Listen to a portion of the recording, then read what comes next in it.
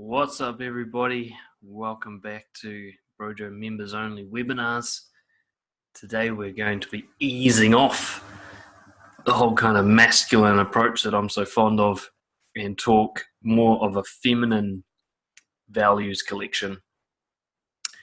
And in terms of the 3X model, we're going to be talking about the release phase. So this webinar is about taking care of yourself. And it's one of my biggest struggles, actually. Of all the things that I struggle with, taking care of myself properly, particularly stress, it's just been this lifelong mission for me. Despite all the other gains that I've made, so to speak, with confidence, social skills, etc., dealing with stress and anxiety. Well, anxiety I'm all right with, but stress, it feels like an unwinnable war to me sometimes. So I want to explore that. So partly this webinar is not only for you guys, but for me. I'm going to try and explore my own experiences. And considering I'm the only one here, that's exactly the right thing to be doing. The values we're going to be talking about today: respect, acceptance, and compassion. And in particular, the self versions of these: self-respect, self-acceptance, compassion toward yourself. I know a lot of our audience are sort of nice guys and people pleasers, and often these are the values that you extend to other people, but deny to yourself. And quite often the way you extend them to other people, the way you binge on acceptance and compassion and respect towards others, leaves you sacrificing yourself, missing out. So how do we know? How do we know when we need to be caring for ourselves? Either right now in this moment, or overall we need to be doing it more. What are the warning signs? Well, this is where emotional shamelessness is so important. If you're not listening to your emotions, if you're not paying attention to how you feel, you're going to miss the warning signs that are calling out and telling you to take better care of yourself. Or, like a lot of people, you'll misread them. You'll do the opposite. So you'll do the thing that's punishing towards yourself and hard on yourself when you're having an emotional experience that tells you need to be taking it easier. So what are we talking about here? Well, stress, obviously. Eckhart Tolle says stress is being here when you want to be there. The sense that where you are is not good enough for you, and you want to be somewhere else, somewhere sometimes you know exactly where that somewhere else is, and other times it's just a vague sense that it isn't here. So financial stress is having an amount of money that isn't enough, for example. Work stress might be you haven't completed the tasks that you want to be completed. Relationship stress would be the way your relationship currently going is different to a fantasy of a relationship that you have in your head, or a dating life that you have in your head. So stress is the emotional reaction to those thoughts. It's that tense, hot, pushy, panicky feeling. We got someone on the line. Dominic, good to see you again, bro. Just getting started. It's just you and me here at the moment. I'm just going to mute you there. So we're just getting started, and I was just looking at how do we know when we need to be caring for ourselves better. We're starting with that. How do we know when it's happening right now, and how do we know when our overall life requires better self-care in general? Self-care being respect, acceptance, compassion, and acts of kindness towards ourselves. So just getting started on that, and then the first thing I was talking about was stress. Talking about stress, and I was talking about how stress is essentially that emotional reaction you have to thinking you're in the wrong place right now. Life should be different, better, moved on, completed, finished, anything that you don't think you are right now. Stress is a pretty common not good enough sensation. Either life's not good enough or you're not good enough. Life isn't what it should be, you're not what you should be. And the emotional, that tense, hot feeling you get, that kind of I think of it like, when you're walking a dog and it's pulling on the leash, it wants to go further, and you're holding it back, it's kind of choking itself. That kind of panicky feeling like you're on a leash, you're being held back from a better thing. So have a think about, I'm going to go through my list, but I want you to have a think about also, how do you know when you need to be taking better care of yourself, either in the moment or in general? Anxiety. Anxiety doesn't always mean that you're not taking care of yourself. In fact, anxiety could come up when you're doing exactly what's right for you, and often will. Anxiety is the holy shit, we're doing something new, I don't know how this is going to go feeling. That's not a bad thing. If you're about to walk on stage to give a presentation to deal with your fear of public speaking, then anxiety isn't a warning sign that you're doing the wrong thing. It's actually recognition that you're right on track. Anxiety occurs at the edge of your comfort zone. But chronic anxiety can often mean that you're not taking care of yourself. Chronic anxiety can come from too much leaning into your edge, too much time outside of comfort, too much time pushing and not receiving. And it can come from what we'll talk about later, cognitive fusion, too much time spent attached to negative thoughts and feelings and believing them, and just sort of mentally existing in a way that doesn't take very good care of yourself. It's unfair or punishing towards yourself. Even if anxiety is occurring for what you might call a good reason, because you're doing the right thing, it still means you got to take care of yourself. The same occurs with any fear sensation. If fear sensations are coming up, it's usually just trying to tell you to be careful. Don't be reckless. You're in a new, unfamiliar, or potentially harmful situation. And that means you can't just wander around blindly like some naive child. Doesn't mean don't do it, but it might mean do it slowly, do it carefully, do it with support. It might mean a lot of things that you're not doing. But I'd say definitely if you have chronic anxiety, if you wake up with anxiety before anything's even happened, when you have anxiety and you don't know why, you can't think of anything coming up in the future that you're actually anxious about, you're just anxious about life in general. It could just be cortisol. The stress hormone is just pumping through your system all the time because you've just been jacked on it, right? There's the other side. So that's the highs. Stress and anxiety is the kind of hyper manic warning signs that you need to be taking better care of yourself. And then there's overwhelm and depression, the lows. When you just when you notice yourself just wanting to hide in your bed all the time, when you notice that you just don't care about things that you used to care about, when you notice that you have just no motivation to do things that used to be important to you, when you feel like you look at your task list or the things that in your life that need to be sorted, and it just seems like it would take you 5 lifetimes to get through it all. It's just not possible. It's just trying to climb Mount Everest and you've only got shorts on, that kind of feeling. Even that kind of sense, like when you get to the end of your task list, that you've barely scratched the surface, that you've made no impact, that it's all pointless, all that existential dread that you can get can simply be a warning sign that your system is crashing. Now, none of these things are actually going that badly in your life. You're obviously still alive. But you have not been taking care of yourself for a long time now. And like a car that doesn't get serviced, it's starting to fall apart. The brain's interesting with anxiety and depression. Your thoughts are always going to try and make sense of what's happening to you. And if they don't know the truth, then they'll make something up. And they never stop doing this. And it always sounds the same. The truth and the lies sound exactly the same. So when your mind comes up with a story about depression, it'll often come up with quite an interesting one. It'll say, oh, it's because you're a loser. Actually, it's because you're not doing so well in your career. It's because your partner hates you. It's because you're fat. It comes up with these stories because it doesn't know that the truth is it's because you're not taking care of yourself. It's because you have a hormonal imbalance in your neurological system.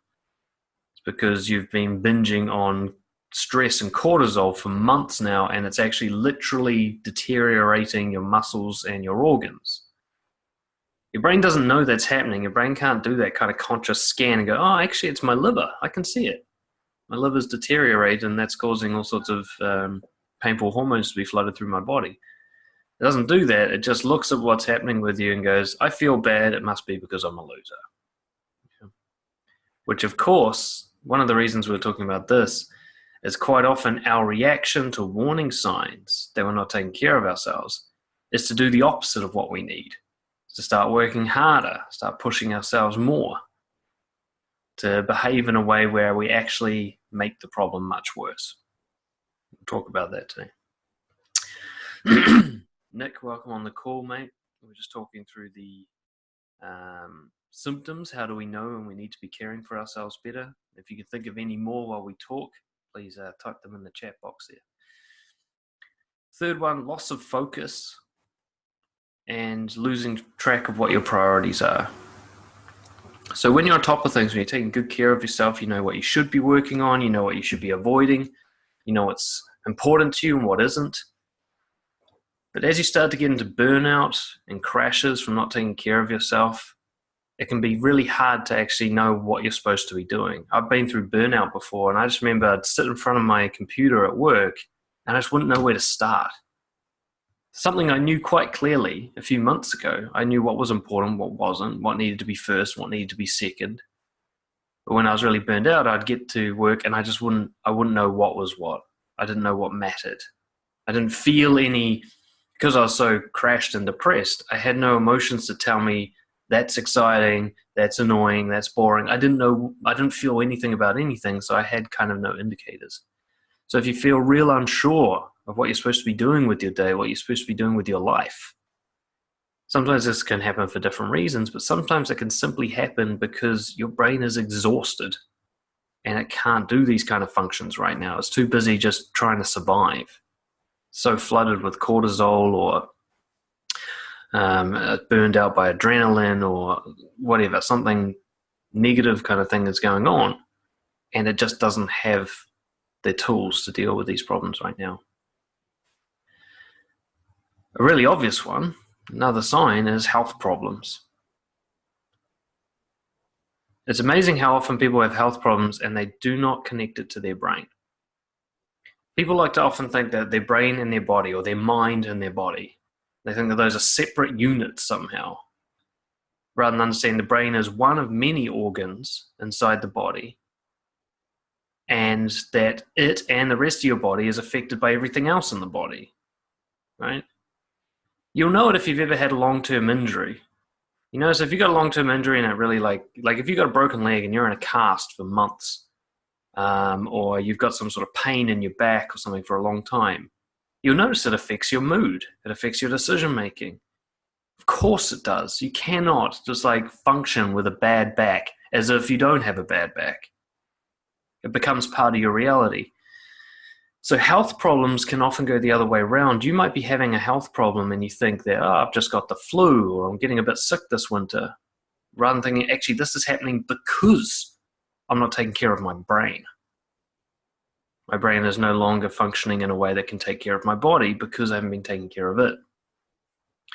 And of course, health problems can just occur from not taking care of yourself. If you're stressed a lot of the time, and anxiety can apply to this as well. If you're feeling that a lot of the time, the hormones pumping through your body are literally like acid.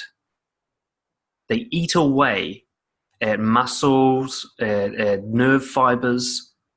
That tired, you know how you can actually be in pain when you're stressed? You can have sore, achy muscles, exhausted all the time physically. That's not an illusion. You're literally burning up. And this, of course, can lead to health problems because now it's a bit unscientific to say your immune system can go down. Your immune system's just your immune system. But you basically become more susceptible, not only to injury, but to illness. I remember noticing this anecdotally when I was a manager.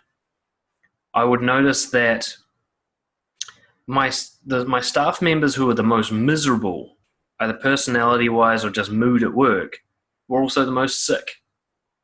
They had the highest number of sick days, and it wasn't a coincidence. Of the 40 or so staff that I managed in my time, this happened every time. If someone was miserable, you could rely on them to be sick, with the occasional exceptions of people who would be sick but they'd come into work. Those are often the ones who are the most ruined. And then the people who were kind of taking good care of themselves, who wandered around slowly and just did their things in their own time and never rushed or panicked, they were there every day. No problems at all. And the same occurred to me since I've started taking better care of myself, and I've still got a lot of room to movement. But I'm sick about once, maybe every 2 or 3 years for maybe a week at a time. And that's it. But I used to, especially with injuries, I used to sustain a lot of injuries from very minor activity. And I think it was because of stress. Sleeping problems. So many people try to deal with sleeping problems as if sleeping problem is the start and the end of the issue, rather than seeing it for what it is, which is most likely a symptom. For some reason, your brain doesn't want to go to sleep. Okay? Anxiety and worry is one of the easiest ways to stay awake, isn't it? You want to stay awake, you just worry about stuff. Now, it's not that you're choosing to worry. But understand that if your brain doesn't want to go to sleep, it's probably because in some way you feel unsafe. Or you just simply have hormones jacked through your system that are designed for someone who's awake, not for someone who needs to chill.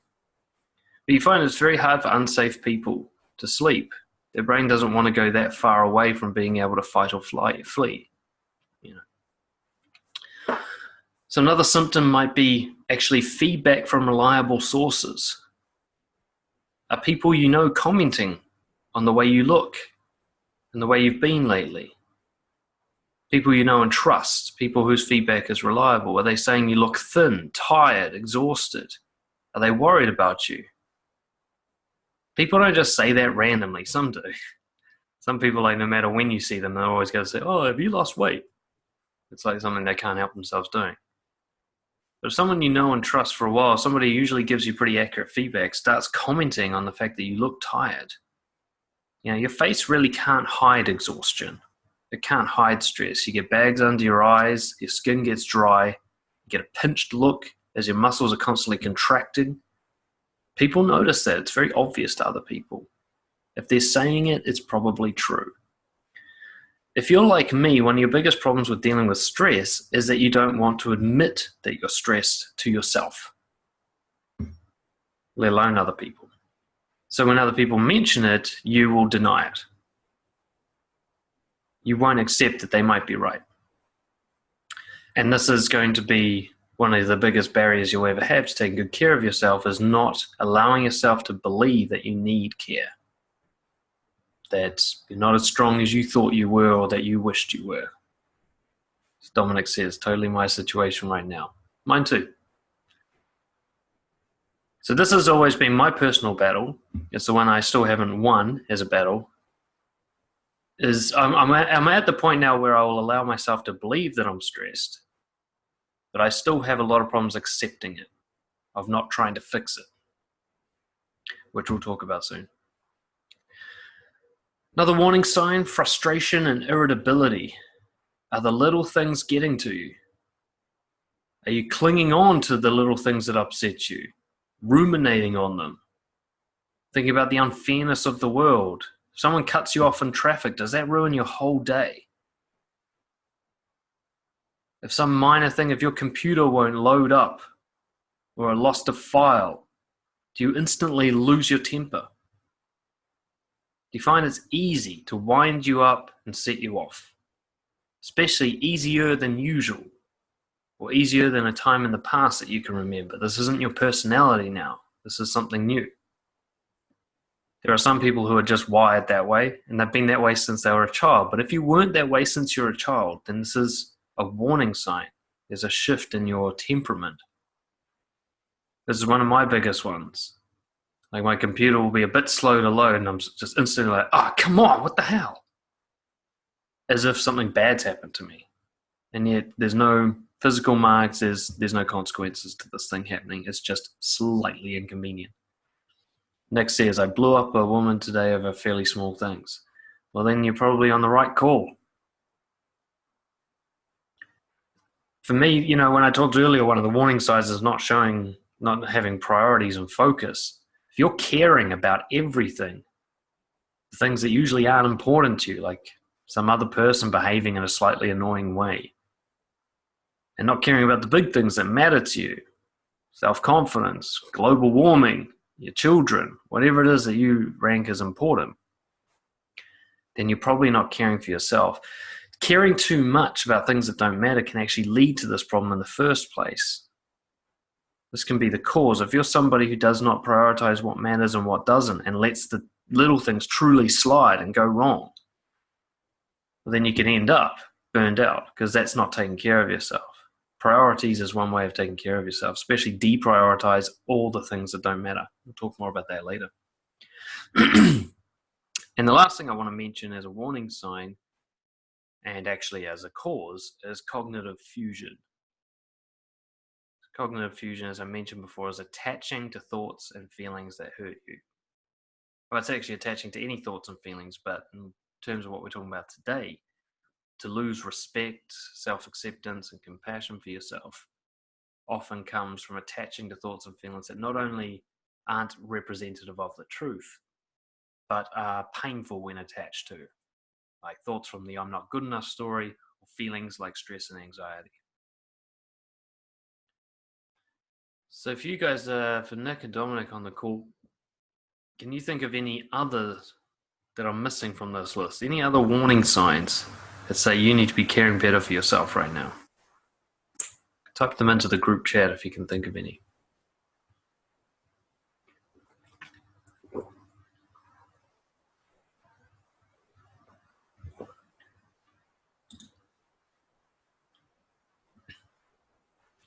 Maybe one I've just noticed from, yeah, we'll have a look at that one, Dominic, definitely. One I've just noticed from this call is if people are talking about the concept of not taking care of yourself and you're like, oh, that's me right now. Well, that's a sign, isn't it? Sometimes your brain just clearly points it out. Dominic says basic stuff like eating. So you mean like neglecting your health in terms of eating, or binge eating, that kind of thing?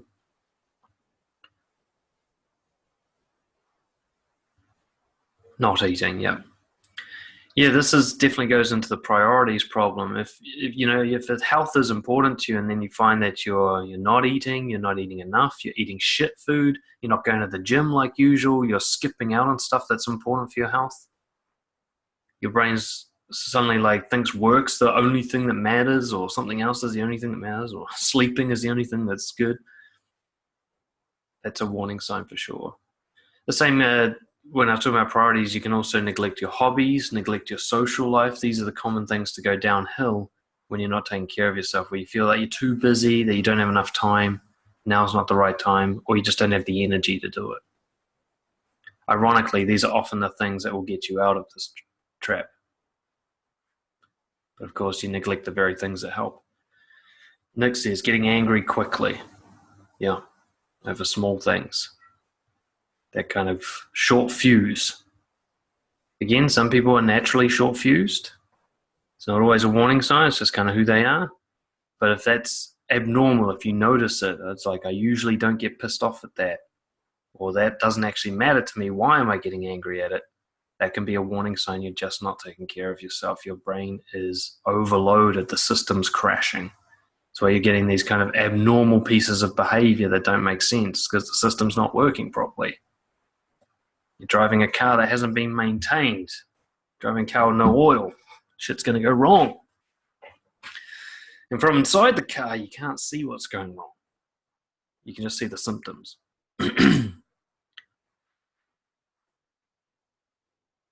Now let's get deeper on this. Because on the surface, not taking care of yourself doesn't make sense. Why would anyone not do it? Why would somebody let their life and their body and their mind go to shit when there's no benefit in it for anyone involved? Well, because not taking care of yourself, people pleasing from Dominic, we're going to talk about that a lot today. Not taking care of yourself is actually a symptom of an even bigger problem,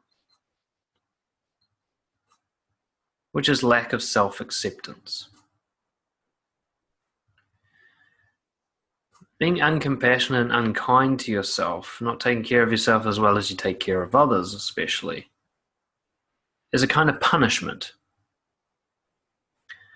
Just like binge drinking or picking fights with big angry guys, it's self-harming. When you don't let yourself rest, when you don't let yourself eat properly, when you don't let yourself socialize and connect with people, it's a punishment. You're causing suffering. My theory is that this all comes down to this whole not good enough story. Burnout and depression and all those kind of symptoms that come from not caring for yourself are a result of you believing that you're not worth taking care of. In fact, the opposite. Not that you're not worth care, but you're worth punishment. You deserve to suffer. You guys ever notice yourselves do something where you're like, I'm only doing this to hurt myself?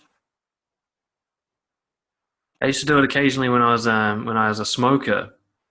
Sometimes I might have 2 cigarettes in a row because it hurt. Or I might sort of try and start fights in a nightclub, fights I was definitely not going to win. There's almost this it's almost like cutting or drink driving. It's a deliberate self-harm. It's a punishment to yourself. It would quite often follow a week of me telling myself that I'm a loser and that I'm not good enough. There would be this behavior that hurt me and I'd get this sort of grim satisfaction from doing it. You can get this with binge eating. People eat to the point where they actually feel sick, where they don't enjoy the eating anymore, and then they eat some more. They kind of like that it hurts. Self-acceptance. I mean, one thing that we are all working on in Brojo is this. In what ways do we punish ourselves for not being good enough? I want you to reframe it now. What do you do as punishment for not being good enough? While you guys think about that, I'm going to share some of my own examples. First one is overworking. I think working 40 hours a week is too much anyway. It's just an industrial era bullshit thing.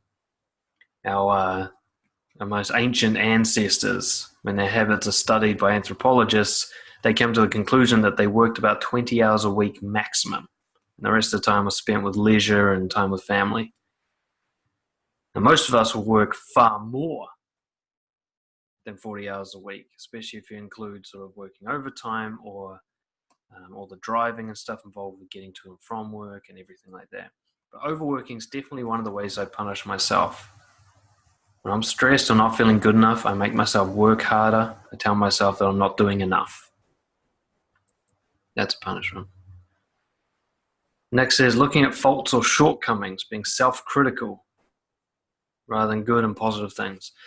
It's an absolutely unbalanced view of yourself, a critical view. Focusing on failures, beating yourself up. And you'll also know you'll have to deny strengths and successes. You'll tell yourself that they were just good luck or that they didn't happen, or you'll kind of intentionally forget about them until you get this picture where you're nothing but failure and shortcomings and faults. And you have to actually work quite hard at this. Have you noticed? Sometimes your brain just throws these thoughts in there, but the bit where you actually get down and ruminate on just what a fucking loser you are, you have to work quite hard at that. You have to dig through your memories and find all the reasons why you're a loser. You have to come up with a big list of everything that's wrong with you. It's an active punishment, isn't it? You're trying quite hard to make yourself feel bad. Now, this isn't meaning you want to do this, but that is what's happening. So focusing, beating yourself up mentally, I think, is the most common phrase. Like Dominic says, skipping exercise, nutrition, sleep, and rest. Hurting your body with what you put into it and what you put it through. You can also overdo it. Some people exercise to the point of injury. I saw this a lot when I was much more involved in the dance community. People would be like, "Oh, I'm not good enough," so they'd train like 20 hours a week. That's like going to the gym for 20 hours a week. It's intense. They'd get injured, then they'll beat themselves up for not being able to work hard. So once the injury was even slightly healed, they'd double up on their efforts. It's like they were trying to destroy their bodies. And the whole time it'd be because they're not doing it good enough. So there was definitely a pattern there. But you can do the opposite. You can just pump sugar and trans fats into your body, deprive yourself of sleep, deprive yourself of movement, just sit at your desk all day, sit on a couch watching TV, and just your body just suffers from it. It's like a long-term torture, slow torture of your body, which compounds on itself, of course, because if you treat yourself this way, you're less motivated to actually do something healthy, get into patterns. What do you guys think of other things? Like Dominic said before, people-pleasing. In particular, the self-sacrificing part of people-pleasing. Where you actually put other people's needs over your own in a way that hurts you, in a way that makes your life worse. It's a form of punishment. You'll often actually blame this punishment on the person that you're pleasing as well. You know, you won't say no to your boss over more work. You'll punish yourself by allowing more work to happen, and then you'll blame your boss for overworking you, making you the victim. Or you'll blame yourself, like what Nick was saying. You'll just look at how you wish you had stood up for yourself and you're just so weak and blah, blah, blah. Quite often we like to double down on the punishments. We'll mix these lists, won't we? We'll go, I'm going to punish myself in this way, and then I'll punish myself for doing that, and then I'll punish myself for being a loser who acts like this. And just really, it's just an ass whooping. You know, it's like a gang attack. Binging on harmful chemicals, smoking, drugs, alcohol. Quite often we tell ourselves, oh, this is to make me feel better, but we also know that it doesn't. Binging on alcohol, for example, some people don't actually enjoy any part of being drunk. And they certainly don't enjoy the 3-day hangover that follows.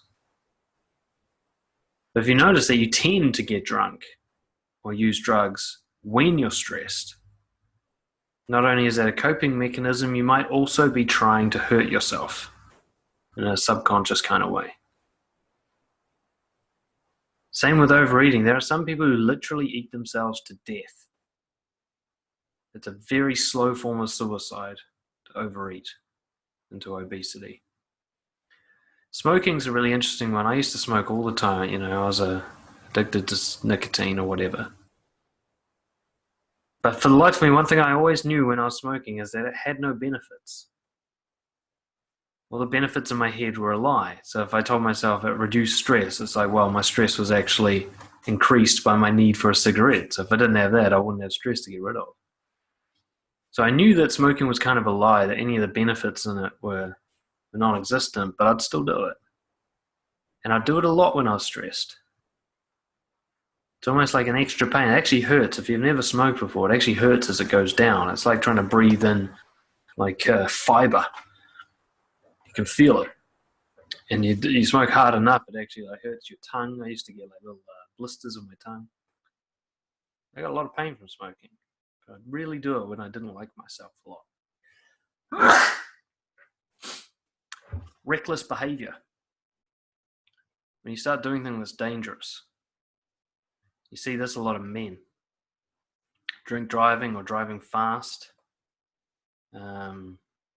Having, dangerous conflicts or confrontations with strangers who you don't know, or people who are prone to violence, that kind of thing. Extreme sports, or doing sports without protection. Just living dangerously can be a form of kind of attempted self-harm. Sometimes it's actually a very well-disguised suicide attempt. You'll all know somebody who drink drives. Have you ever asked yourself, are they suicidal? They know the risks. Why would they put themselves in that position? Especially if they do it repeatedly. think one of the biggest things that we do to punish ourselves is dishonesty. You notice when you need to be taking care of yourself and you're stressed and stuff, and someone asks how you are, and you say, fine, I'm all good. That's a form of punishment. You just pushed away any support.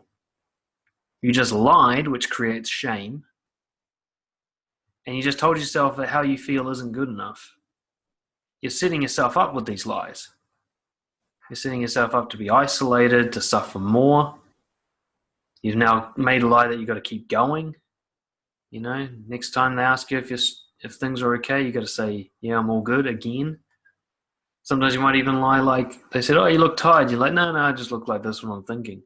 So now they can't even call you out on being tired. That's a punishment.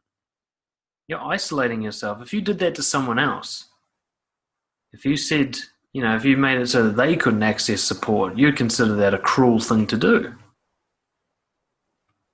Right?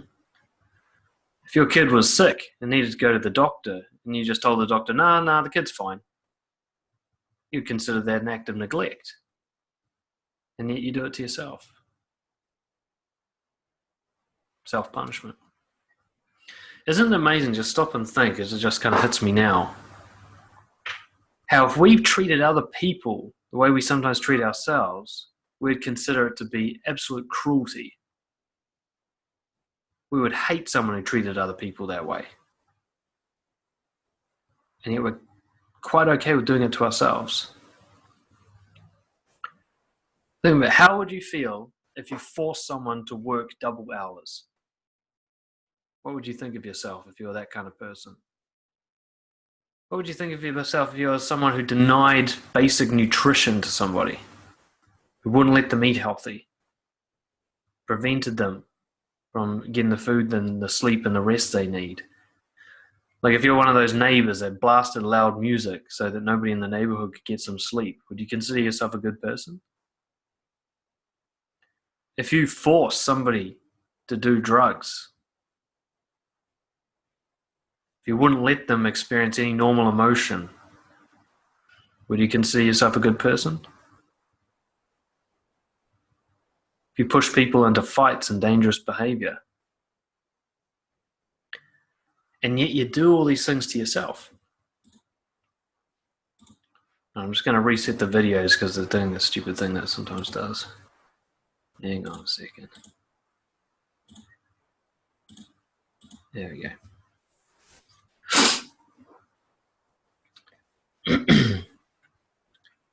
Nick says, I become very sarcastic, like the opposite of people pleasing, kind of hurt people. Now, this is an interesting one because I believe that quite often we'll do something like this to avoid support. And sometimes it can just be a bitterness, like, fuck the world, I'm sore, so I'll make everybody else hurt. But other times it's also a pretty clever tactic to keep everyone away so that you can't gain support. It can be actually self-harming to be nasty to other people when you need help. And people often do this, don't they? When they're stressed, they lash out. Sounds like Nick uses sarcasm. I use like irritability. I'm like, what? What do you want? What?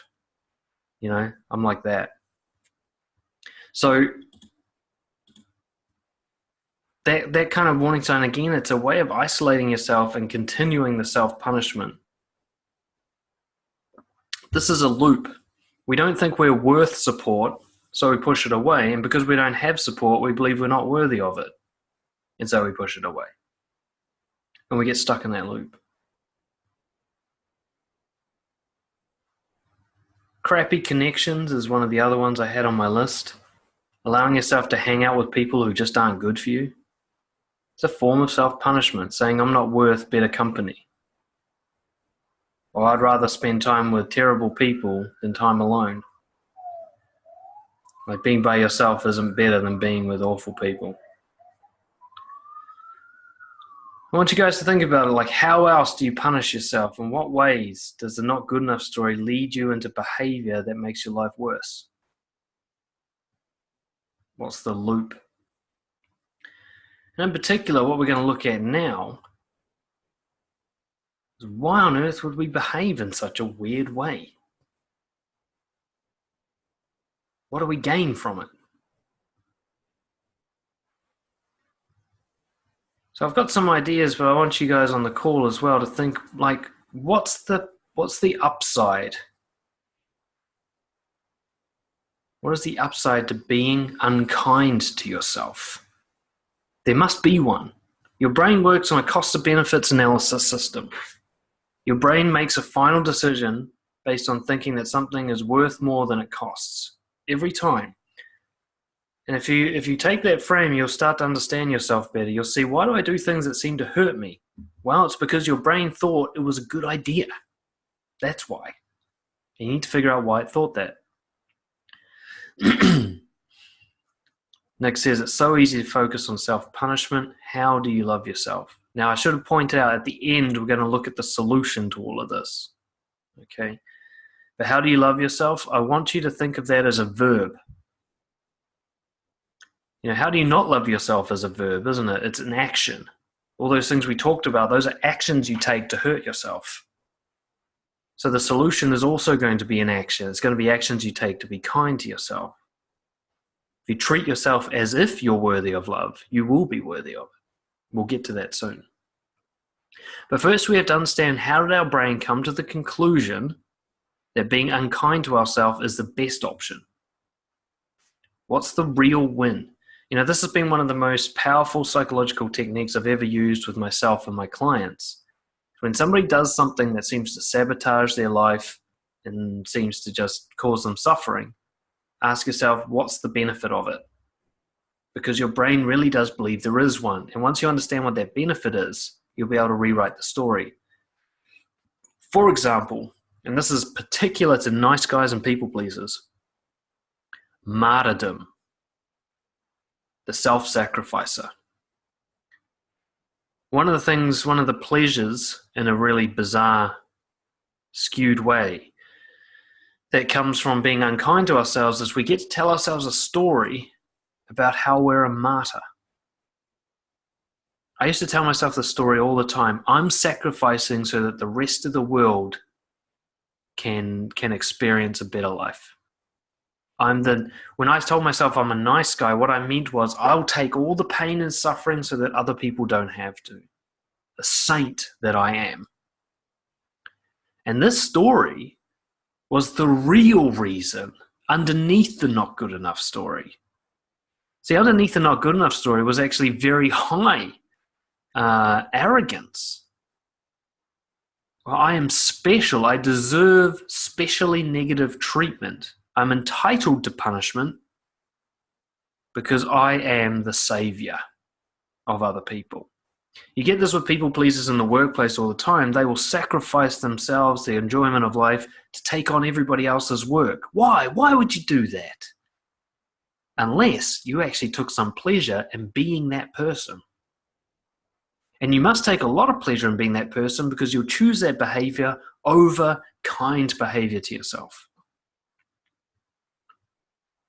So quite often the real identity you're attached to is not the I'm not good enough story, but the I'm the hero story. I'm the one who must suffer. We often get conditioned as we grow up to believe that if you enjoy something, then you're not really living good enough. You know, that the people who are really doing the hard work and the people who are really valuable suffer. We often get that message, don't we? Like if you enjoy yourself in school, if you're laughing with your friends and everything, you get sent out of the room. Anybody having fun is seen as a distraction.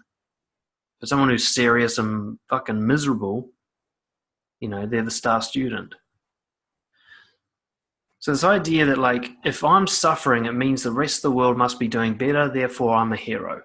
That's quite often the story that's right deep at the core. A story that many people don't want to face up to because it's a very entitled, egotistical little story. You know, a lot of people don't understand, like, what's the sense in harming myself? You can see it with people who do what's literally called self-harm, where they cut themselves and stuff like that. And we often think that that's somehow different to like not eating healthy, not sleeping, abusing alcohol and drugs, or binging on harmful chemicals, or overworking. And yet it's the exact same thing. Now, often what a cutter will tell you is that it's about control. Their life feels out of control, and when they cut themselves, it feels like they've got some control. But when you dig under that story, they also take a real perverse pleasure in being the one who's in pain. Like, look at me suffering. Here's proof that life is worse for me than it is for other people, that I have somehow been specially chosen. It's an entitlement thing. One of the things that I had to unlock the most was I had to let go of being the special person who suffers for others. I had to let go of being the savior of the human race and let other people suffer in their own way. Understand that just because I'm suffering doesn't mean that anybody else actually feels better. It doesn't even work. Another reason we might gain from being unkind to ourselves is confirmation bias. We believe the not good enough story, and so we seek to prove it true, because simply that's just how the brain is wired. It wants to believe what it already believes, and so it seeks to prove that true. So if you've come to believe, say if you had like neglectful parents or bullying in your younger years, and you came to believe that you're not good enough and you're not worthy, you may actually be so attached to that belief that your brain is more interested in making that true than it is in you having a good life. It's hard for people to get that, but your brain can actually think that way. It can be more interested in keeping a belief alive than in taking on a new belief that would make your life better. And you know this is true because you can see this throughout your life. You will have attached to things that are not good for you and avoid things that are clearly better for you. Like, a lot of people would rather believe that they're too busy than actually go, actually, I do have time to eat well and go to the gym and take care of myself. They would rather keep that belief than do something they know is good for them. The brain doesn't prioritize the way you'd logically assume. You'd think, oh, the brain will prioritize anything that makes my life better. No. Your brain prioritizes survival, and that's different. Survival means keeping things the same. So your brain can get really confused about what it means to survive. It can lose track of actually enjoying life because it becomes obsessed with keeping a belief going. And so if you believe you're not good enough, your brain might be obsessed with keeping that belief alive. And it helps you engage in behavior that will keep that belief alive. If you treat yourself badly, it confirms that you're not good enough, and the belief stays alive. A lot of people find this hard to understand, but the not good enough story is something you actively maintain. You make it true. And you work very hard to do so. It's actually a very easy story to disprove, so you have to work really hard to keep it true. You can disprove with a mental experiment. Like, if you're listening to this call right now, that means you survived every challenge in your life ever to make it to this point. To make it to the point where you're functional enough to listen to a webinar. How could someone not good enough make it to that point? Someone not good enough would have died in childbirth. You know, they would have died very early on, and they'd be too sick and weak and anything to handle something as complicated as getting on the internet and listening to a webinar call. So your brain knows that. Your brain knows that the not good enough story just doesn't really line up with somebody who's actually alive and functioning. But it works very hard to make it true. It tells you that you're a loser even though you've won many things. You know, it tells you that no one will love you even though plenty of people have tried. It'll keep denying the truth because your brain is really attached to believing it. And that's all it cares about, just believing in something. It doesn't even care what the thing you believe in is, as long as you believe in it and keep believing in it. So you may wonder, like, why would I treat myself like I'm not good enough? Answer's simple. Your brain wants to believe that you're not. That's not the same as your brain thinks it's good to believe in that, or that it's helpful to believe in that. It's not. You know. What else do we gain from being unkind to ourselves? Freedom from responsibility, right? If I'm a fucking loser who can't do anything right, then I don't have to do anything at all. I'm off the hook. One of the greatest lies about the not good enough story is it's actually a pretty good excuse to not have to do anything. It's a good excuse to not take responsibility for your life and for your behavior and for the things that are happening to you.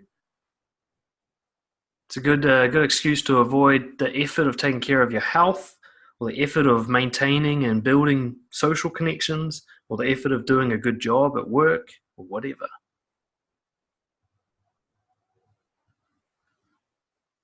So as you listen to these gains that come from being unkind to yourself, notice if you are being unkind to yourself, that your brain has made a decision that being unkind to yourself is better than being compassionate to yourself. For some reason, that's the conclusion it's come to. Your behavior proves it.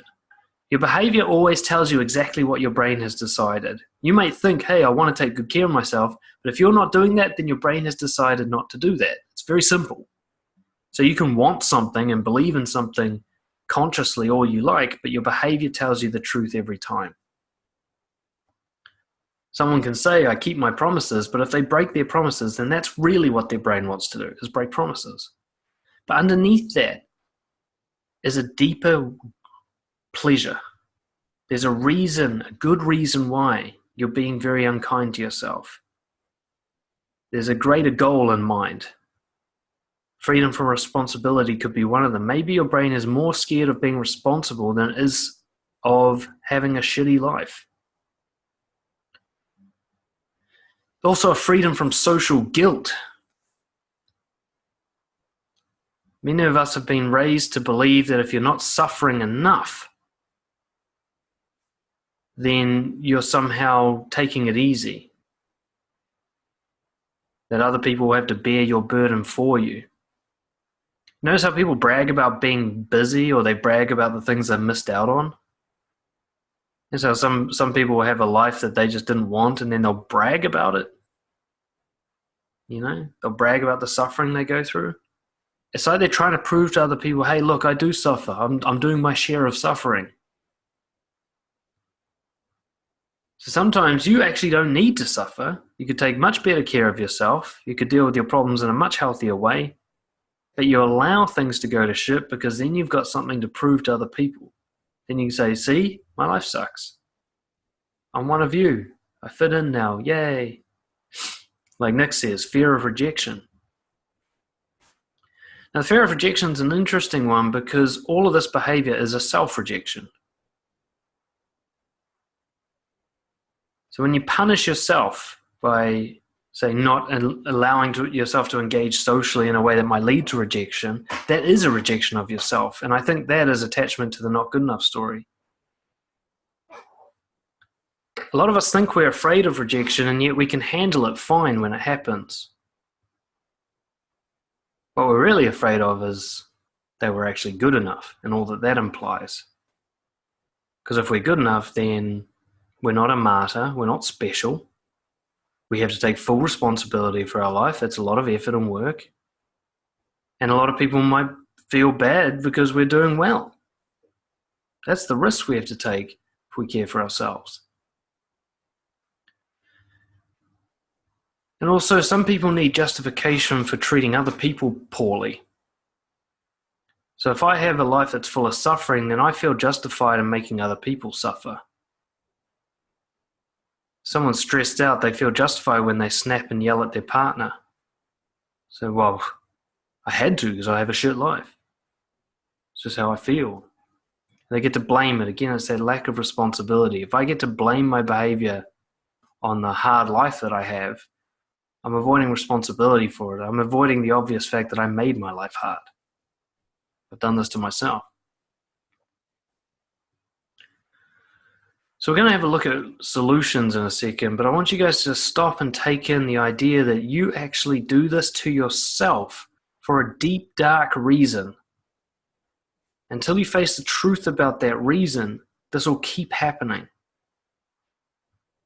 It's something I'm going through right now. This thing where I overwork myself and get stressed. Why do I do that? Because I get this panicky feeling when things are going easy for me. It's just this weird fluttery feeling. When things seem to be going too well, I get worried. And my natural behavior tends to allow things to go wrong again. I'll neglect my health. I'll work too hard. I'll get myself stressed. But I actually feel a bit more comfortable with that state of being than I do with the life going well and being easily balanced.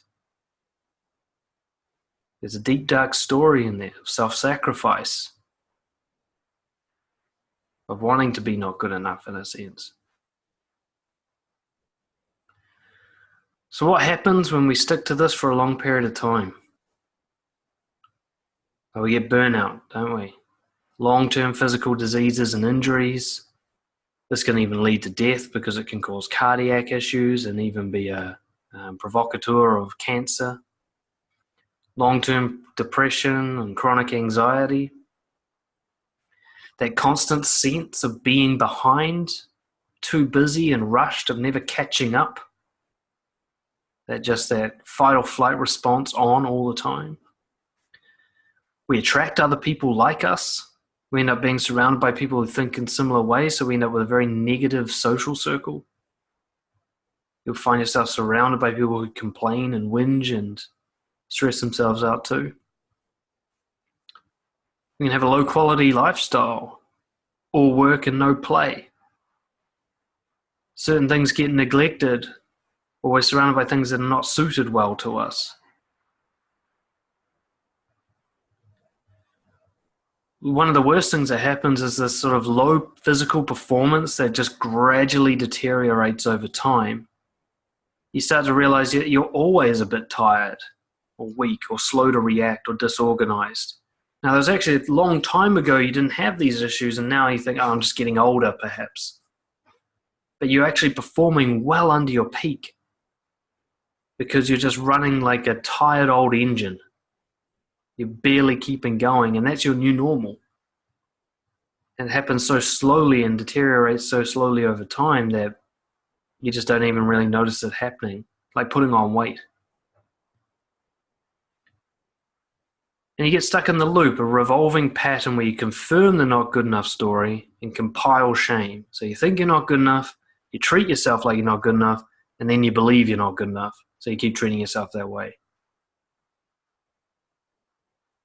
And because you're just so tired and worn out and fucked and hate yourself and all that, you get a loss of sense of self. You're like, who am I? What the hell am I doing with my life? It can really get that bad. I think almost any case of suicide can be linked back to poor self-care. I truly believe that. And when I look at my life, there's some problems that have happened to me, but most of the most devastating problems have happened as a result of this. Most of my suffering has come from me not taking care of me, not from other people doing stuff to me. In fact, usually it gets triggered. Somebody will do something to me, and then I won't care for myself in the damaging aftermath of that. Something bad will happen. Like a great example recently from my life was when I got kicked out of the Czech Republic because I screwed up my visa. I mean, that was me doing it to me, but the me getting kicked out of the country, I didn't do that to me. Somebody else did. But in the next 2 weeks, I then burned myself hard trying to solve that problem instead of just allowing myself to process it, to heal and recover from it. And I actually started a very long-term stress problem that I'm still experiencing to some extent now because I didn't allow myself the love and compassion to heal from the damage that event had done to me. So we're going to finish up now by talking about solutions.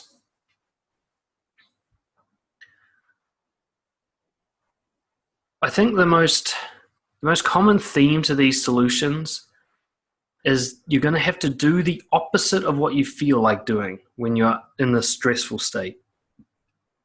When you're experiencing any of those emotions or symptoms that we talked about earlier that indicate that you're in need of self-care, you're going to feel really tempted to do something that's going to make things worse. So when you're stressed, you're going to try and work harder. When you're upset, you're going to try and beat yourself up.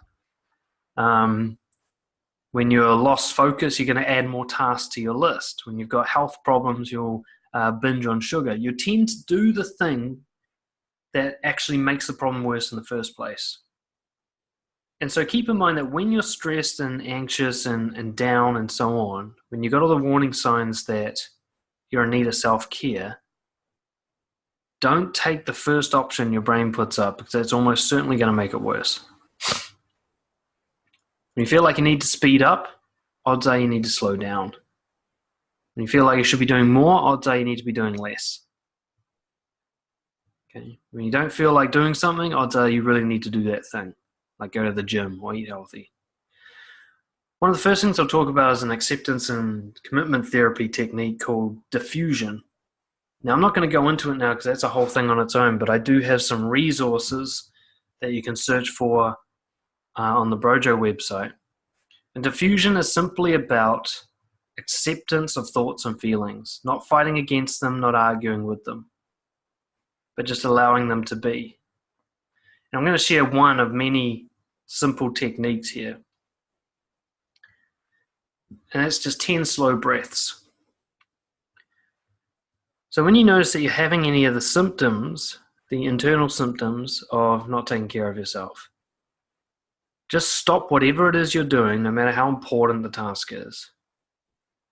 Find a nice quiet space somewhere and take 10 slow, deep breaths.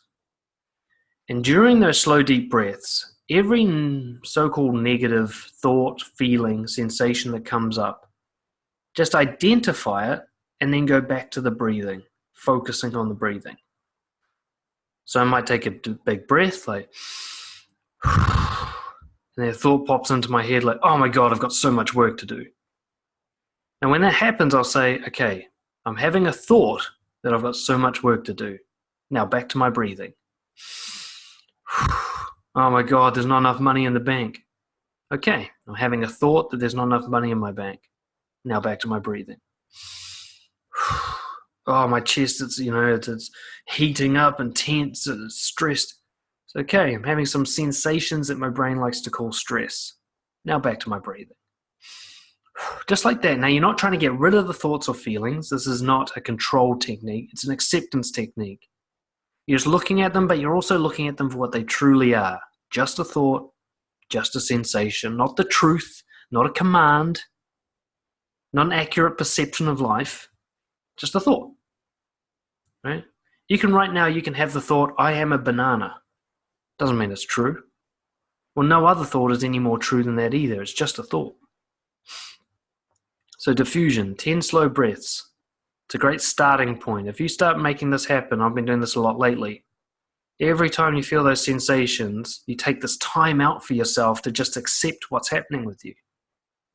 That is a practical way to live by the value of acceptance. Another technique is balancing action with rest.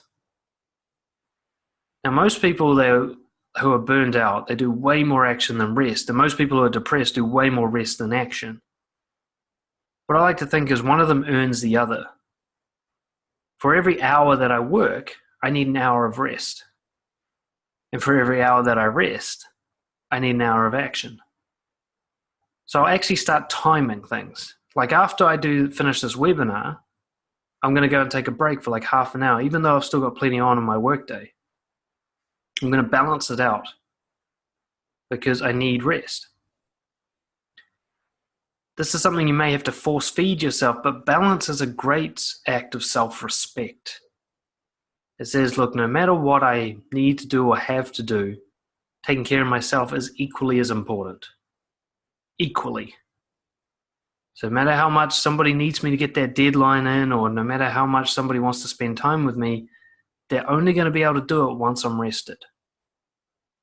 So you might go for a walk on your lunch break, a nice long one. You might take a nap in the afternoon. You might just chill out with a bit of Netflix at night. Whatever it is that says, you know what, because of the amount of work I've done, I need this amount of rest, and actually quantifying it. A real easy one is cutting all the negative influences. Do you have people in your life where as soon as you've seen them, your stress levels spike, your anxiety goes up? Is there someone coming up on your calendar that you just the looking at them makes you feel apprehensive? Cut all of those people if you can. If you can't, avoid them as much as possible. You are a sum of like the 5 people you spend the most time with. It's one of the most sort of classic truisms of self-development. But it's actually pretty accurate. You spend a lot of time with negative people, you're going to be negative. I don't care who you are. I remember I used to work at this place where everybody there was like full of self-loathing and depression. I was at this factory I used to work at. And my self-worth just plummeted working there. I couldn't stop them from influencing me. A couple of years ago, I was living in a house full of like people who are basically drug addicts and party animals, and they gossiped and stuff all the time. And after a few months, I noticed myself gossiping. It's like, what the fuck? I hate gossip. How am I doing it now? I was just kind of pulled in to their gravity. If you can cut out a negative person, do it. You're better off being alone. Give priority to health and nutrition, hobbies, social, whatever it is that's being neglected. Give it equal status. One of the things that I've found is a great way to divide up life is into 4 categories: health, wealth, relationships, and psychology. So taking care of my body, taking care of my career, taking care of my connections with people, and taking care of my brain. And I try to divide my day, when I'm doing well, into equal elements of all of these. So I'll spend the same amount of time connecting with my girlfriend than I do working, that I do taking care of my body, that I do developing my mind. Now, it's not exactly minute for minute the same, but I do have a balance of that throughout the day when I'm doing well. When I'm doing poorly, I'll always find that that's out of balance. 1 or 2 of the areas are being severely neglected while the rest are being overworked. Quit all substance abuse and replace it with nutrition and exercise. A lot of people are casual drinkers and they have no idea how massive the effect is on them psychologically and physically.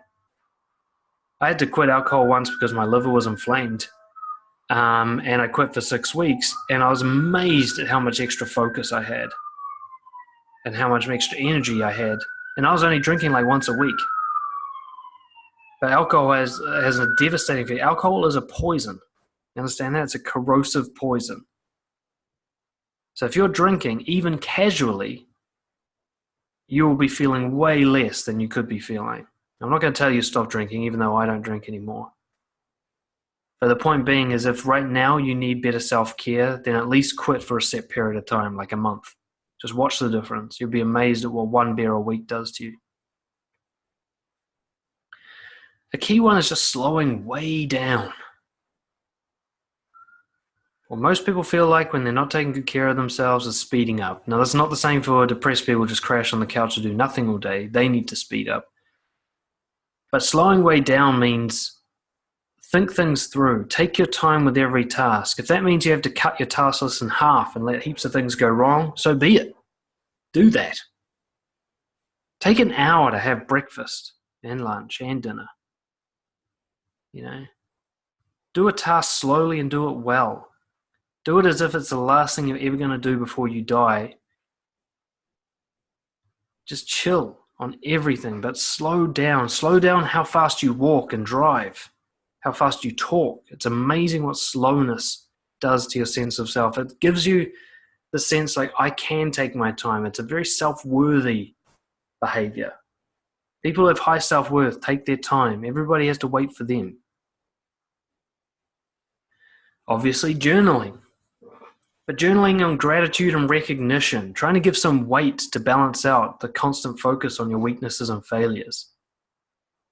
Make a deal with your brain. Okay, for every time you talk about my weaknesses and failures, I'm going to also identify my strengths, just to balance it. Okay? Then your brain goes, I'm a loser, okay? I'm a loser, and I helped that lady yesterday with her shopping. Don't say but. Don't fight the thoughts. This isn't some self-affirmation bullshit. That's just recognition. Your brain goes, oh, no one will ever love you, okay? No one will ever love me. And yesterday I had a great conversation with someone from Brojo. So no one will love me, and I had a great conversation. Practice balance. Just say, look, brain, you're a bit focused on what I do wrong, so I'm just going to make sure we have an even focus. We'll look at my critical and my strength.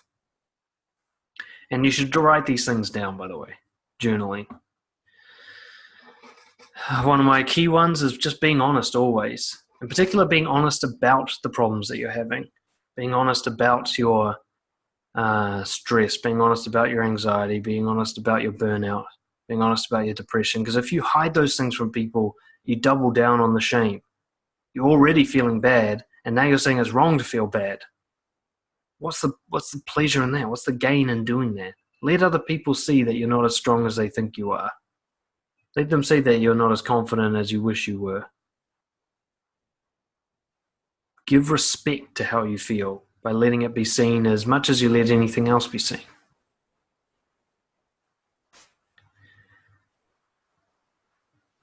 Identify your needs and put them first.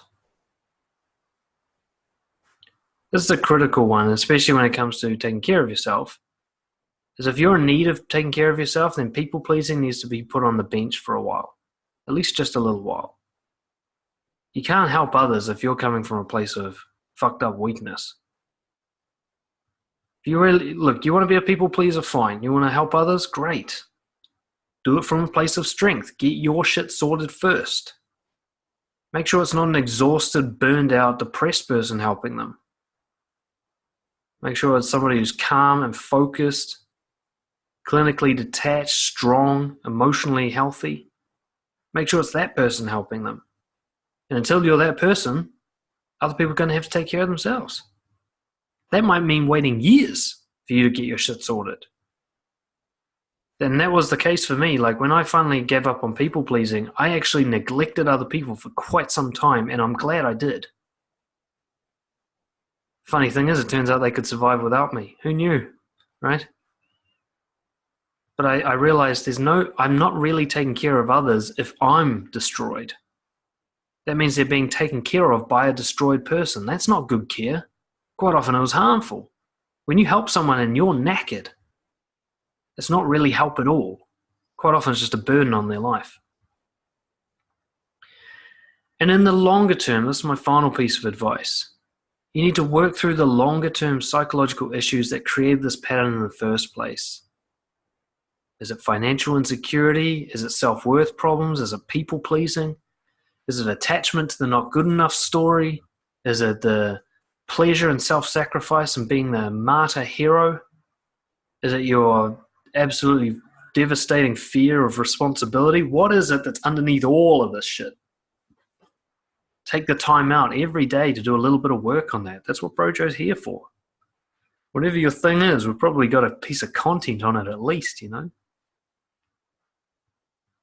And that's what I'm doing at the moment. I'm trying to figure out, why am I attached to stress? Why do I insist on stress? Why do I fight against reality? And that's the longer term piece of work that I've been doing for quite some time now. In the short term, diffusion, balance, cutting negative influences, prioritizing health and nutrition, doing the opposite of what you feel urged to do, slowing down when you think you should speed up, journaling so that you can accept reality for what it is and notice what's really happening. Just let it be. Those are my thoughts on taking care of yourself. Anything more from the guys on the call before we sign off on this one?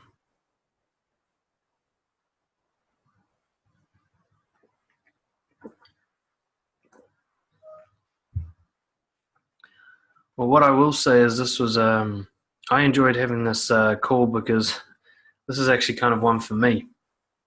As much as I hope it helps other people, this is by far my biggest current unresolved issue. It is me not taking care of myself, specifically with stress.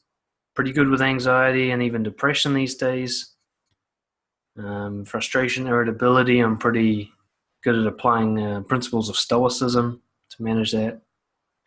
But stress like gets right through my armor and just owns me.